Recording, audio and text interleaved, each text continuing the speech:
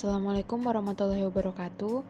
Perkenalkan, nama saya Alivia Skartika Nawangwulan dari kelas Biologi Laut B Universitas Diponegoro. Di sini saya akan menjelaskan mengenai gurita, Octopus vulgaris, dan peranannya dalam ekosistem laut. Selamat menyaksikan.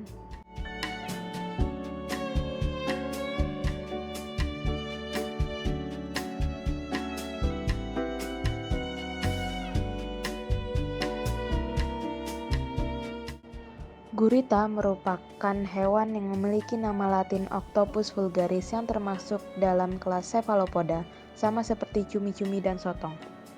Gurita memiliki tubuh lunak dan elastis, berbentuk seperti kantong yang disebut mantel. Gurita memiliki 8 lengan yang kuat dan fleksibel, dengan 2 baris pengisap di setiap lengannya. Ukuran gurita bervariasi, panjangnya bisa mencapai 2 meter dan beratnya hingga 15 kg. Gurita memiliki mata besar dan tajam dengan penglihatan yang baik. Gurita dapat ditemukan di berbagai habitat laut, mulai dari perairan dangkal hingga kedalaman laut yang cukup dalam. Mereka lebih menyukai tempat-tempat dengan banyak bebatuan dan karang, yang dapat mereka gunakan sebagai tempat berlindung. Gurita umumnya ditemukan di Samudra Atlantik dan di berbagai wilayah pesisir seperti di Pulau Banggai, Sulawesi Selatan, dan Papua. Gurita adalah hewan karnivora yang memakan berbagai macam mangsa seperti kepiting, udang, ikan, dan cumi-cumi. Gurita termasuk hewan yang soliter dan lebih suka hidup sendiri.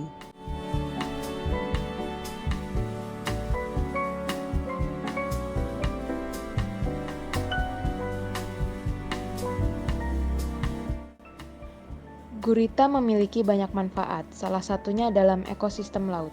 Yang pertama, gurita sebagai predator. Aktivitas predasi gurita membantu mengontrol populasi mangsanya dan menjaga keseimbangan ekosistem laut. Yang kedua, gurita sebagai mangsa bagi hewan laut lain seperti hiu, singa laut, dan ikan besar. Hal ini membuat gurita menjadi bagian dari jaring makanan laut dan berperan dalam transfer energi antar organisme. Yang ketiga, keberadaan gurita di suatu wilayah laut dapat menjadi indikator kebersihan laut. Gurita umumnya lebih menyukai habitat laut yang bersih dan sehat. Jika populasi gurita menurun, hal ini dapat menandakan adanya masalah di laut. Yang keempat, gurita membuat tempat berlindung bagi hewan lain. Gurita sering membuat lubang di bebatuan dan karang sebagai tempat berlindung. Lubang-lubang ini kemudian dapat digunakan oleh hewan laut sebagai tempat berlindung atau bertelur.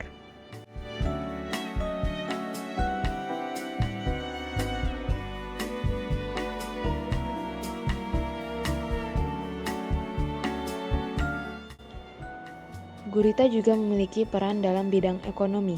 Contohnya yaitu yang pertama, gurita sebagai sumber makanan karena gurita merupakan sumber protein yang tinggi dan digemari oleh banyak orang. Permintaan pasar terhadap gurita cukup tinggi, sehingga menjadikannya komoditas yang menguntungkan bagi para nelayan dan pembudidaya gurita. Yang kedua, gurita sebagai bahan baku industri seperti industri kulit gurita yang telah berkembang di beberapa daerah di Indonesia, seperti di Pulau Banggai, Sulawesi Selatan. Yang ketiga, gurita sebagai objek wisata. Wisatawan dapat menyelam untuk melihat gurita di habitat alaminya. Hal ini dapat meningkatkan pendapatan masyarakat lokal di sekitar wilayah wisata.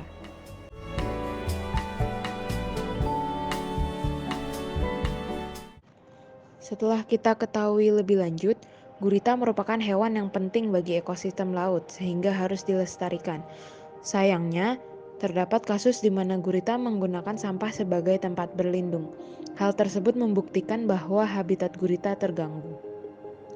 Menurut kompas.com, sebuah studi kini menunjukkan bahwa gurita menjadi lebih mudah untuk berlindung di sampah-sampah manusia yang ditemukan di lautan daripada bersembunyi di karang.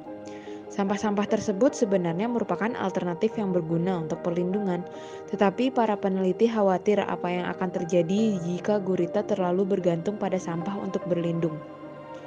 Memahami peran penting gurita di lingkungan dapat membantu kita untuk lebih menghargai dan melindungi hewan ini. Upaya pelestarian gurita dapat dilakukan dengan menjaga kelestarian habitat laut dan mencegah pencemaran laut dengan tidak membuang sampah sembarangan.